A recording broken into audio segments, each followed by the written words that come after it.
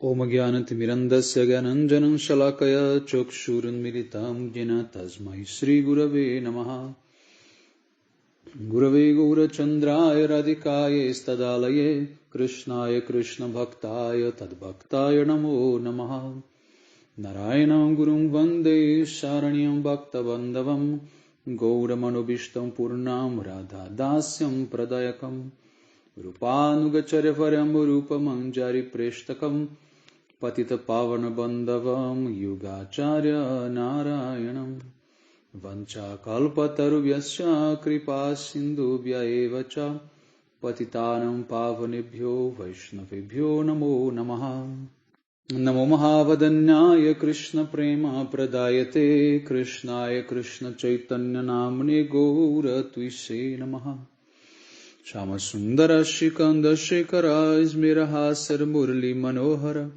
Radhikara Shikamam Kripanide Swapriya Charana Kinkarim Kuru Dapta Kanchana Gaurangi Radhe Vrindavaneshwari Vrishabhanusute Devi Pranamami Hari Priye Vrindai Tulasi Devyai Priyai Keshavasya Krishna Bhakti Prade Devi Satyavatyai Namo Namaha Shri Krishna Chaitanya Prabhu Nityananda Shri Advaita Gadadhara Shri Vasadi Gaura Bhakta Vrindam Hare Krishna Krishna Krishna Hare Hare Hare Ramo Ramo Ramo Hare Hare.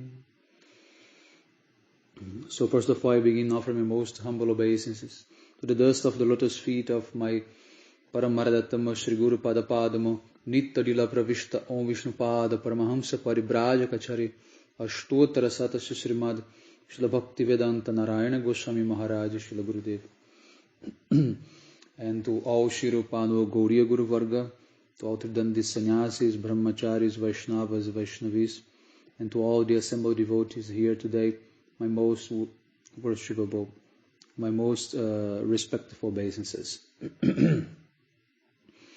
So, we are continuing by the causeless mercy of Srila Gurudev and all Mahabhagavatas Acharyas to read from Svarupa of the Jiva. Now we're going to begin chapter 2. The words of the Acharyas in the line of Srila Bhaktivedanta Thakur.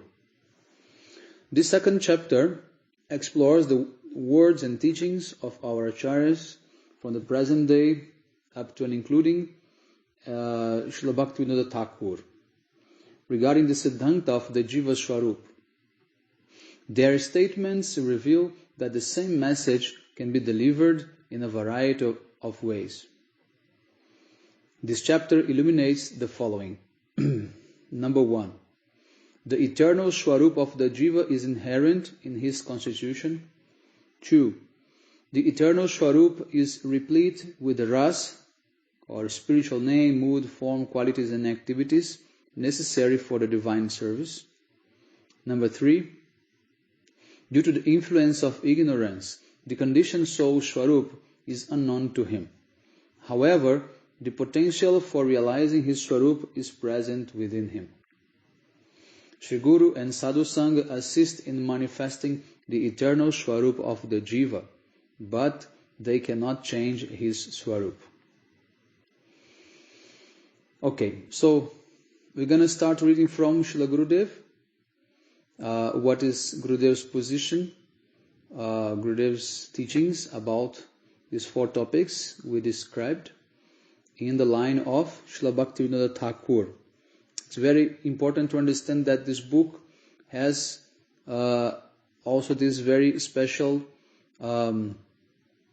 connection with Srila Bhaktivedanta Thakur and with Srila Jiva Goswami. Okay? And especially to show that Srila Bhaktivedanta Thakur is not speaking anything different from Srila Jiva Goswami Pad. Okay? So, but this is in the underground topic. Later we are going to discuss specifically about that.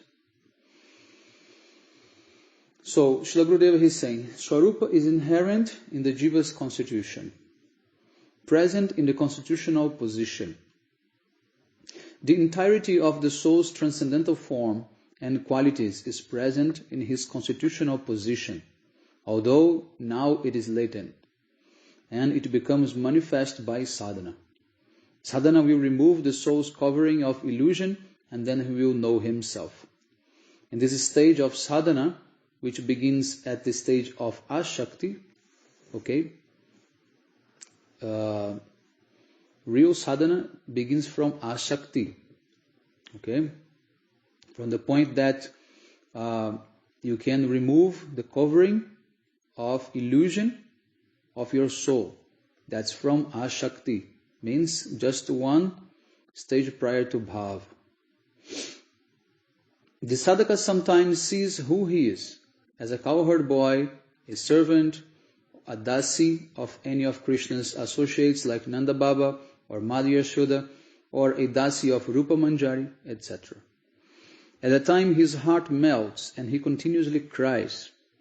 Chaitanya Mahaprabhu is describing this stage by his prayer, Ai Nanda Tanuja Kinkaram Patitamam Vishami Bhavamudo, in Shikshastakam. I have also come to remind you that you are part and parcel of the Supreme Lord, and in your constitutional position you have a very beautiful form of Braj. If you do not have this, you could not have come to the line of Chaitanya Mahaprabhu. Whatever you know, eat or not, you are all eternal servants of Krishna, and you have the very beautiful form and moods of the resident of Braj. Otherwise, if you do not have that in your Swarup, you would have gone to the Ramanujacharya or Madhvacharya Sampradaya, or you would have gone to Christianity or Buddhism. At the stage of Ashakti, a semblance of your Siddha Deha will come. Don't worry. So that Srila Gurudev spoke in Badger, California, June 4, 2002. A very clear statement of Srila Gurudev, saying that because you have come to this sampradaya and you are practicing here, it means that you have this mood, right? And Gurudev knows that. That's the difference. And if you don't have a Sadguru in other sampradaya, for example, and he cannot check either if your Swarupa is in that sampradaya or not, he won't tell you, and he will keep you there doing your sadhana over there, right?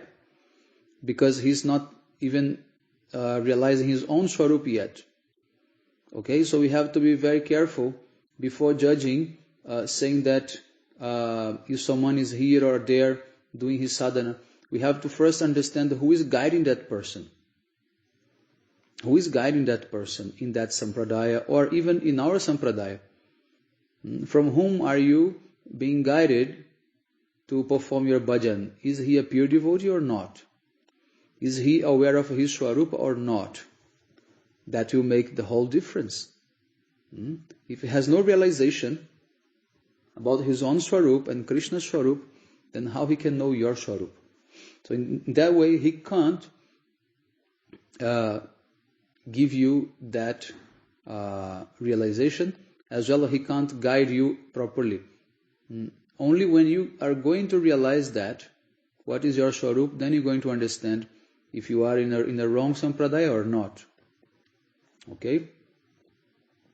Otherwise, by some arrangement, you are going to be taken to a bona fide spiritual master who will help you in that way. Hidden in the heart of the material body, every jiva possesses a beautiful, marvelous form.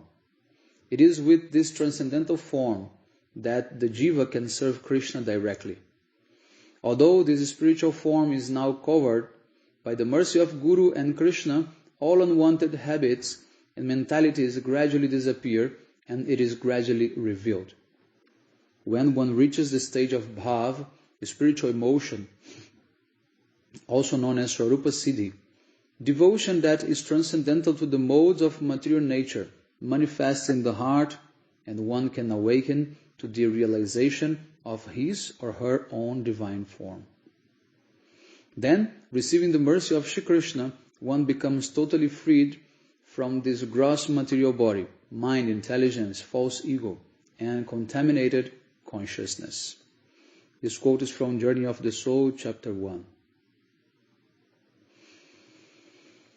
This shloka, verse number 6 from Shikshastak, represents the stage of bhav, at which time the Siddha Deha, spiritual body, manifests automatically. From where does the Siddha Deha come? It is in our Svarupa, our original spiritual form.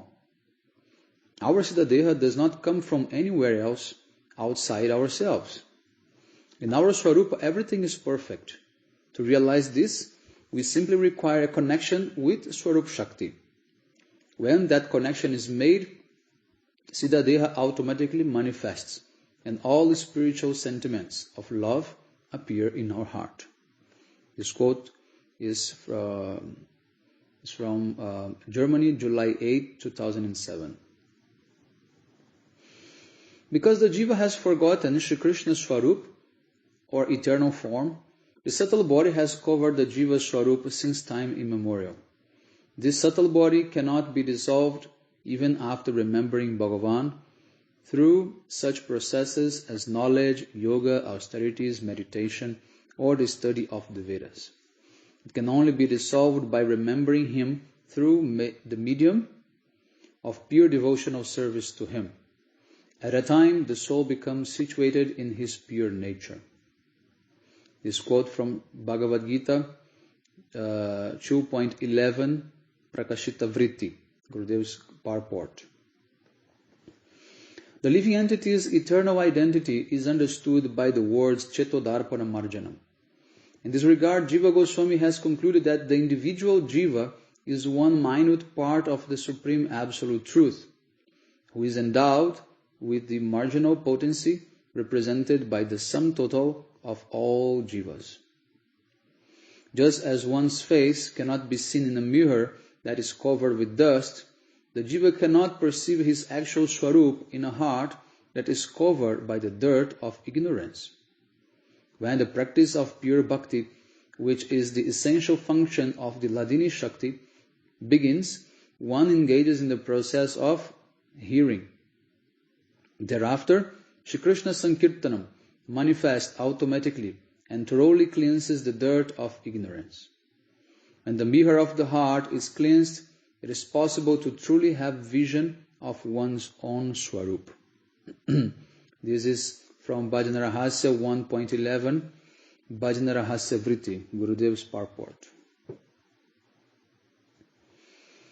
Now someone asked to Srila Gurudev, some have the opinion that there is always prem in the Jiva, and some say there is initially no prem, but the seed or potentiality to develop and receive prem is there. What is the established philosophical truth? Then Srila Gurudev answered, Prema is there, but like a seed. And Madhav Maharaj, and Shripad Madhav Maharaj says, not manifested, but in a latent position. Then Srila Gurudev says, just as everything about a tree is present in its seed, the tree, its flowers, its leaves, and everything else, so Krishna Prem is present in the soul of the living entity, but in a latent position. That Prema will first appear as Shraddha, initial faith, then Nishtha, Ruchi, and this way it will gradually grow. This is Badger, California, June 17, 2006. So here is very interesting to understand one point, is that the first appearance of Prema is Shraddha. Shraddha is nothing else than the first appearance of Prem. It means that before Prem appears fully, it is gradually manifesting. Just like when sun is rising, you start seeing light gradually. Then afterwards, you're going to see the sun itself. So in the same way, Shraddha is the first manifestation of Prema. Is nothing else than the first manifestation of Prema. It is written in Chaitanya Charitamrita Madhya Lila 22.157. Mone nija siddha dehe koriya bhavan, ratri dine kore braje krishnera sevan. With one siddha sharir revealed by the mercy of Guru, one serves Sri Radha Krishna, Jugal, day and night in Braj. Each and every jiva has an individual spiritual body. We also have our own spiritual body, but it has not yet manifested. Now it is in a seed stage. Just as an entire tree is contained within the seed of that tree, our full siddha sharir, with all its characteristics, now exists in seed form. However, because we are now bahirmukh, meaning that we have turned away from Krishna, that siddha sharir is not seen. When by the grace of Guru and Gauranga, our greed sprouts and subsequently fully blossoms, the Shiksha Guru or Diksha Guru may show us our siddha sharir. First, he will tell us what our constitutional spiritual identity is, as we see in Jiva Dharma, that the Guru of Brajanath and Vijay Kumar told each of them the nature of their individual spiritual forms. Our siddha sharir is now in a latent condition. Srila Bhaktivedanta Thakur tells that in one life it can be revealed, but I see that for us it is many births away. He has simply shown the path. So this is Vrindavan, 1991. Another question to Srila Gurudev. Someone says, I heard that the seed of the Bhakti Latta, or the creeper of Bhakti, is already present in the heart of the Jiva. Srila Gurudev only waters it and gives it sunshine and does the gardening. But the verse in Chaitanya Charitamrita says that the bij or seed is separately given by Guru. Then Srila Gurudev, this is a very common question. And Gurudev, he explains very nicely. He says, Jivera Svarupa hoy Krishnera Nityadas. By constitution, the living entity is the eternal servant of Krishna. When we are conditioned souls, covered by Maya, is the mood to serve Krishna present or not? Is the conception of one's relationship with Krishna and the manner in which to serve him present or not? Then the person answers, I think the Svarupa is there, but it is covered. Then Srila Gurudeva says, that seed was in a latent stage. When Shastra says that at a particular time Krishna arranges a guru to give that bij, that seed, it means that the water, sun rays and fertilization of the seed take place by the work of the guru and sadhus. Then, when all of these paraphernalia mix together, the sprout manifests. This was in Miami, April 30, 2008. So this is one more of those examples of the meaning of the words being taken in a different way. Many people argue different than that, saying that because Guru is giving that seed, means that seed is not present before, that mood is not present before, right? But Gurudev is explaining, other acharyas also, that this is in like a metaphorical way, as we have learned from the previous chapters. So, and how we understand these things when Shastra presents like that. You have to reconcile first using other passages of Shastra, because Shastra can't be contradictory.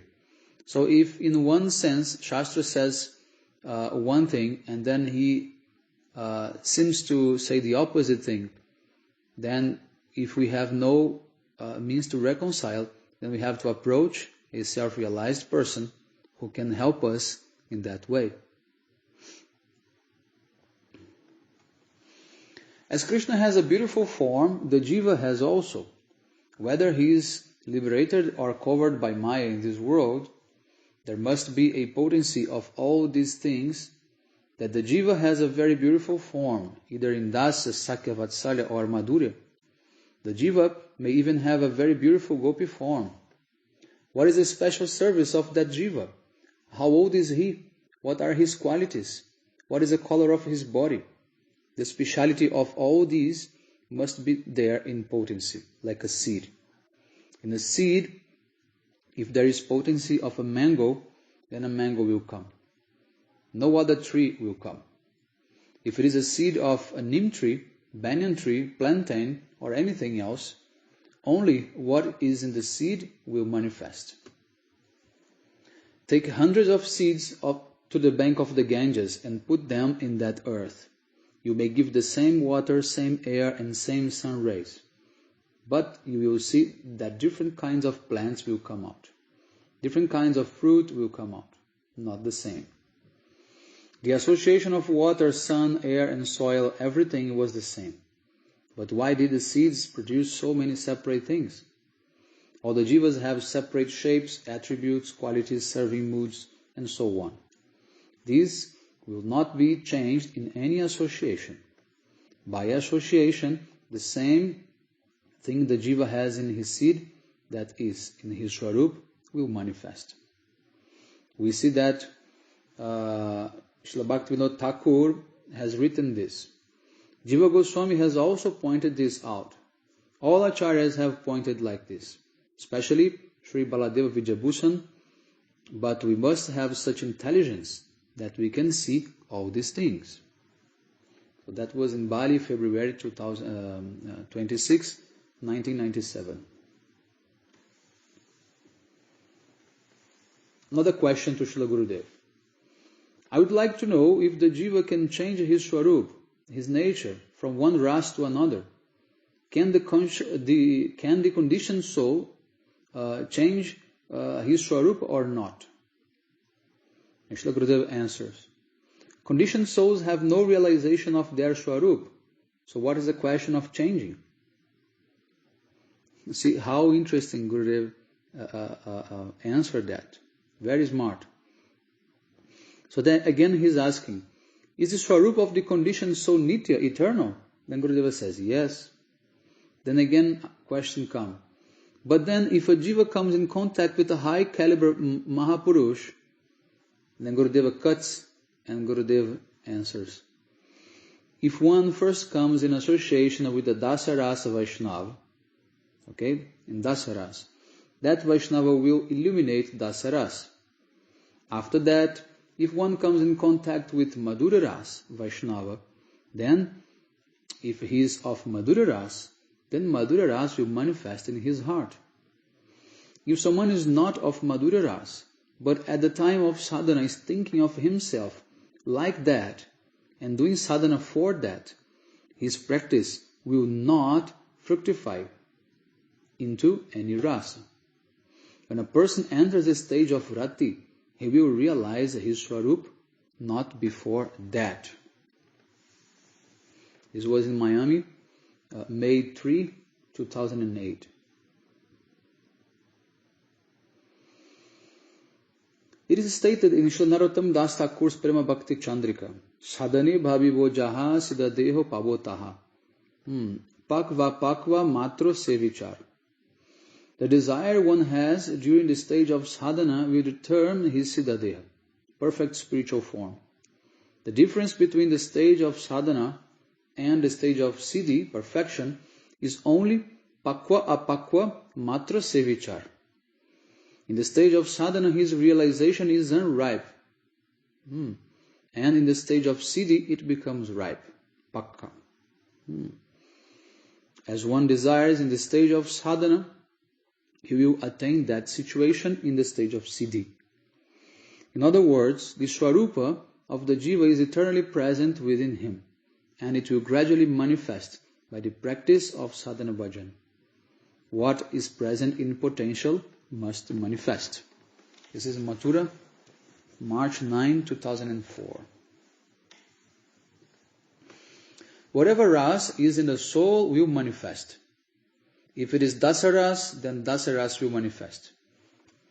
It is a fact that if someone is in Madhura ras, he will have only little taste for dasa or sakya ras. This will automatically come. It will come when our anarthas will disappear. This is in Govardhan, October 12, 1996. During his 1955 Ishtagoshti, my Guru Maharaj, Srila Bhakti Pragyana Keshava Goswami Maharaj, explained that those whose Svarupa is of Braja Bhav or Gopi Bhav or any Bhav, no matter whom they associate with, they will have only what is in their Svarupa. They will never be changed. Jashoda knows how Krishna loves the gopis, and the Sakhas also know, but they will not be changed. Our Svarupa is like that. All the God brothers present admitted this conclusion. So, we should have a fixed siddhanta that each jiva has its own shape, qualities and service to Radha and Krishna. This was said in Bali, February 26, 1997. Again, one question. The jiva in this world, he is called eternally conditioned. Srila Gurudev answers, no, he is not an eternally conditioned soul. In this verse, nitya, eternal, actually means anadi or beginningless, meaning that he has been conditioned since time immemorial. If it meant eternal, in the true sense, we would have no scope to get out of Maya. Then again question. The Anadi Bada Jiva, the living entity who has been conditioned since time immemorial, never had any direct relationship with Krishna? Gurudeva answers, it cannot be said exactly like this. Everything about his relationship with Krishna is present in his Swarup, but he has never felt it. It cannot be said that in a seed there is no tree, no fruit, no branches and no leaves. All this is there, but we cannot see it. It is in a latent position. If a person has eyes, he sees everything in the seed. How many leaves will come? How many fruits will be there? When the leaves will be green, after how much time the leaves will turn yellow? At what time they will fall? And when there will again be new leaves?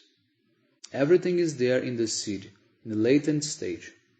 The Mukta Mahapurush, or liberated, self-realized soul, sees that the soul in this world is serving Krishna.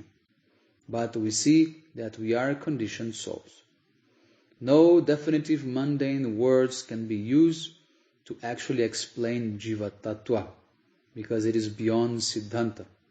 In other words, the form of the soul is beyond our comprehension.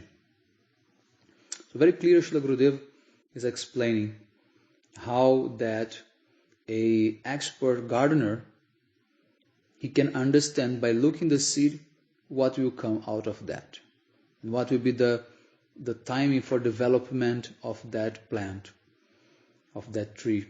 So in the same way, one expert guru who is like a gardener, he also knows what is the seed like Swarup in the heart of that jiva. And that guru will understand exactly when it will manifest and what fruits are going to be given from that.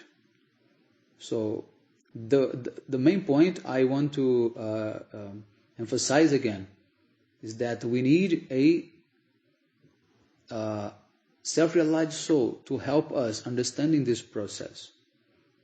Otherwise, if we attempt to read Shastra without proper guidance, we are bound to see defects, because the defects are in our own vision and conception.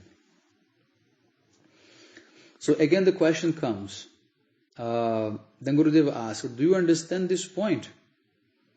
And the person says, not completely, because we can say that a seed was never a tree, even though it is latent.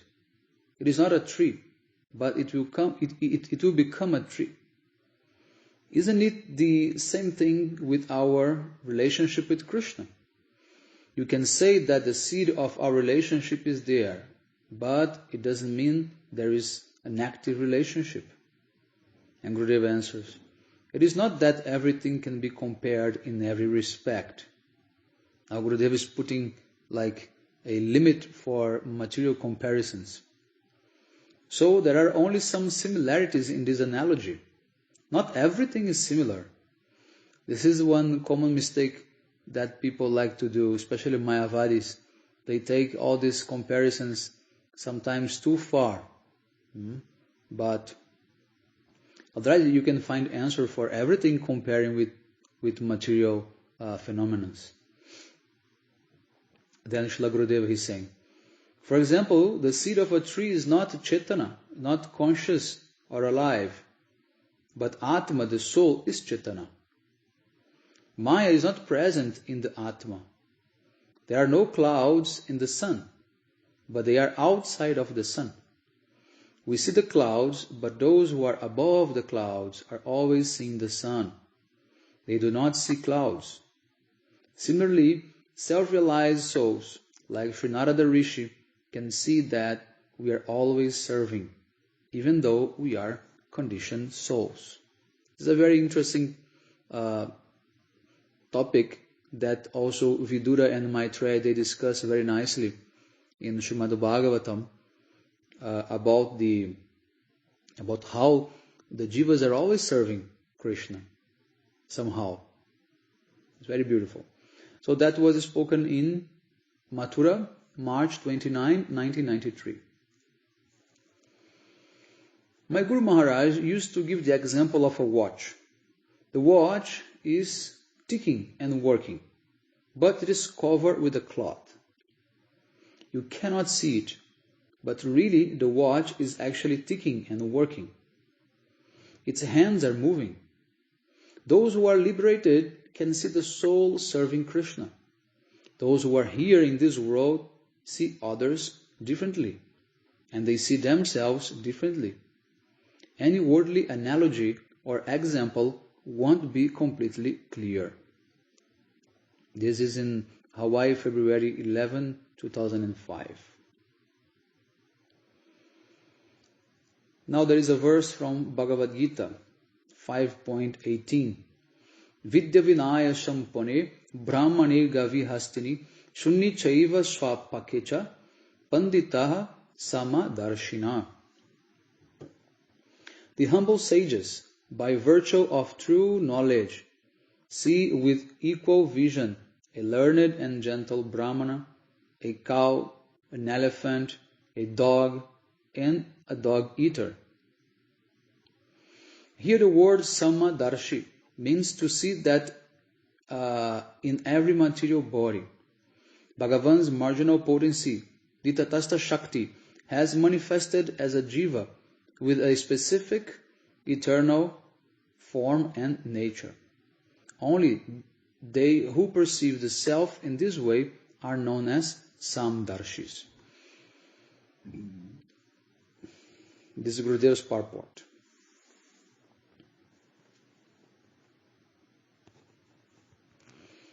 The bona fide Guru knows everything. Your name, your relationship with Krishna, Srimati Radhika and the Gopis, your place of residence, whether it is at Radhakund, Javat, Nandagaon or Varshana, the name of your father and mother, your service, and the nature of your beautiful form. He then reveals your particular service to Radha and Krishna conjugal, and your Palyadasi Bhav, your nature as a maidservant of Srimati Radhika. As mentioned earlier, there are 11 items in all. This is from Discerning the True Sentiments of the Soul, the book, part 2.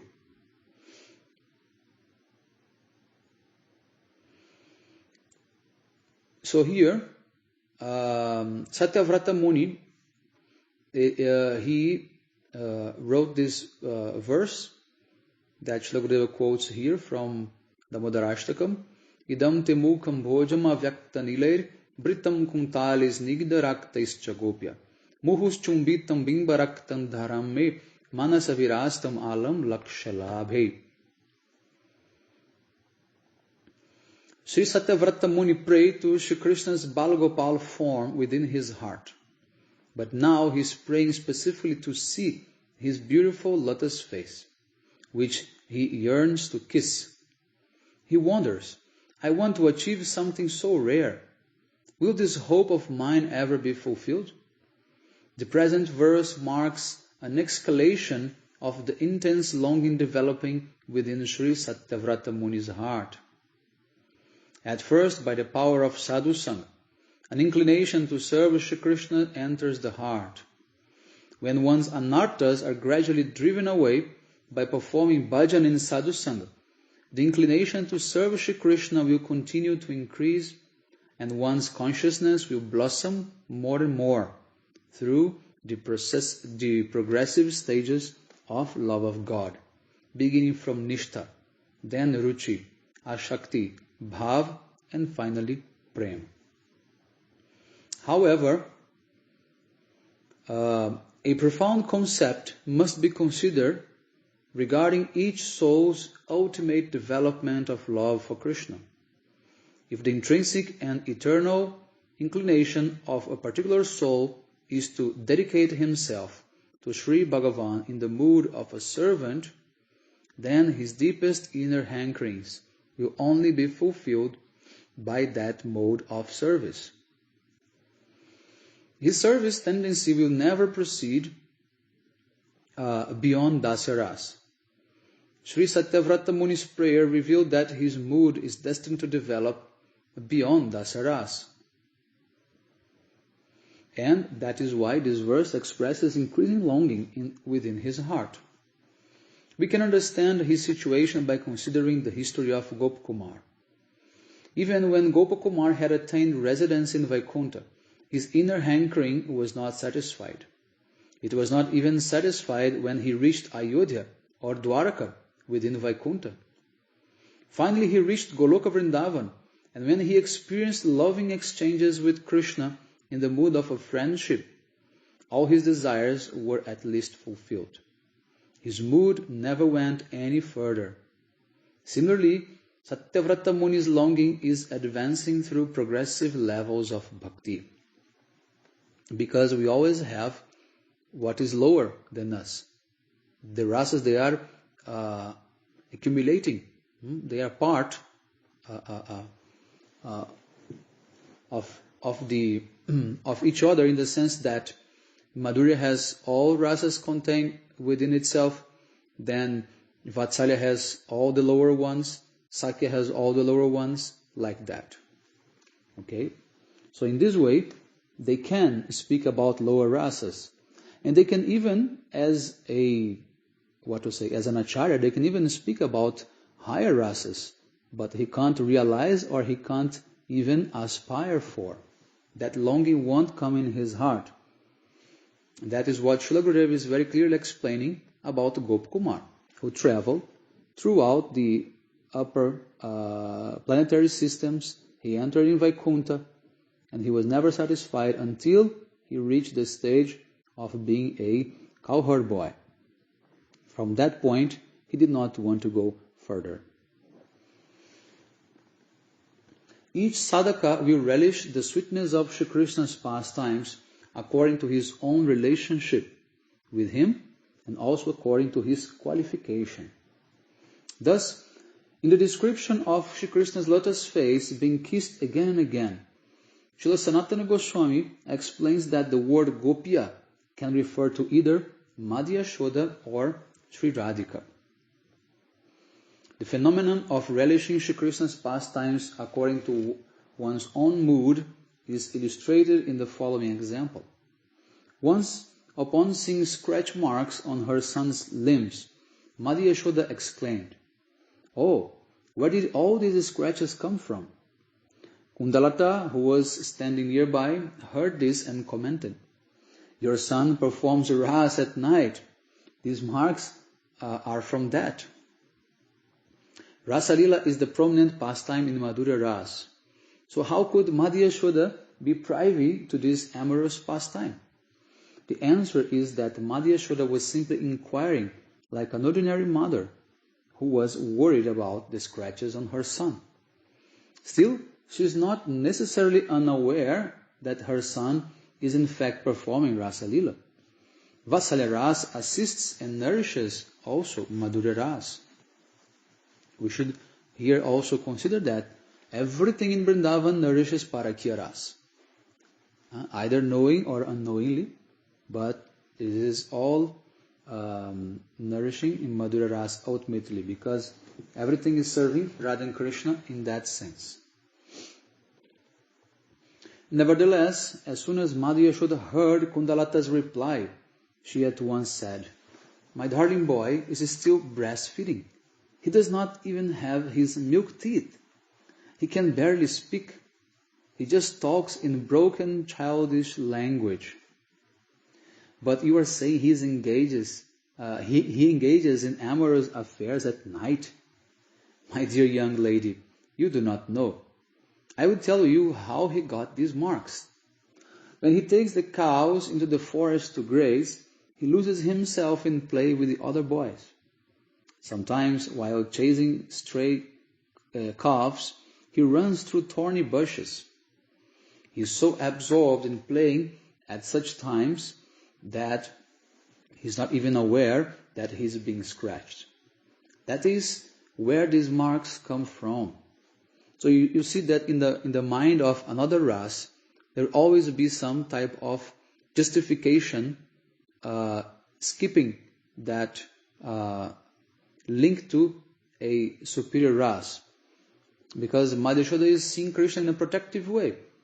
So she's saying that he's playing with friends, and then he gets like that. So I have to protect him.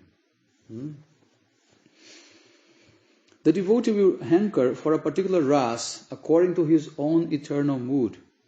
Srila Sanatana Goswami presents Sri Satyavrata Muni as a perfect example of this. According to his own mood, Satyavrata Muni is trying to awaken within his own heart the bhav of ones of Shri Krishna's eternal Ragatmik Jan by performing sadhana bhajan under their guidance. Following the footsteps of Satyavrata Muni, the sadhaka should think, if earrings, which are only gold, can kiss the cheeks of Krishna, then why can't I? Certainly, I will also do this. With this yearning, he should endeavor to attain his goal with the conviction that he does not need any other benediction. Such endeavor is called abhidheya. When he at last attains his own eternal constitutional mood of service in one of the 5 rasas, then he will attain the ultimate goal, the stage of prayojan. Whose prem is stronger? Madhya Yashoda's prem for her darling son is certainly stronger than his prem for her. Means Krishna's prem for her. Her prem can control Krishna and bind him. If any devotee hears the pastimes of Madhya Yashoda binding Krishna with her prem, and of her kissing his lotus face again and again, a longing will enter his heart. If I follow in the footsteps of Madhya Yashoda, perhaps I will also be able to kiss the lotus face of her darling boy. This is the prayer of Satyavrata Muni. But who kisses Sri Krishna's face the most? More than anyone else, Srimati Radhika drinks the nectar of Sri Krishna's lotus face by kissing it again and again. At the beginning of this Ashtakam, Satyavrata Muni was praying in the mood of Dasaras. Now, in this verse, his prayers are imbued with a desire to enter the mood of Vatsalya Ras. May that supremely charming lotus face, which is kissed again and again by Madhya Yashoda, manifest within my heart forever. In the same way, every sadhaka will initially consider himself to be the servant of Shri Krishna. In a general sense, however, by performing intimate service and by acquiring Shri Bhagavan's mercy, he will gradually progress and deep longing to perform service under the guidance of ones of Shri Krishna's eternal associates, Anugatya Mayi Seva, will begin to manifest within his heart. So this is the commentary Digdarshini Vritti, verse 5 of Damodarashtakam. So here we conclude the presentation about Srila Gurudev's teachings on the subject of Svarupa of the Jiva, and then the next we will start with Srila Bhaktivedanta Bharati Goswami Maharaj. Okay? So, I'm going to stop here. Have a very auspicious day. Hare Krishna. Vanchakalpatarvyasya kripa sindhubhyevacha patitanam pavanebhyo vaishnavebhyo namo namaha.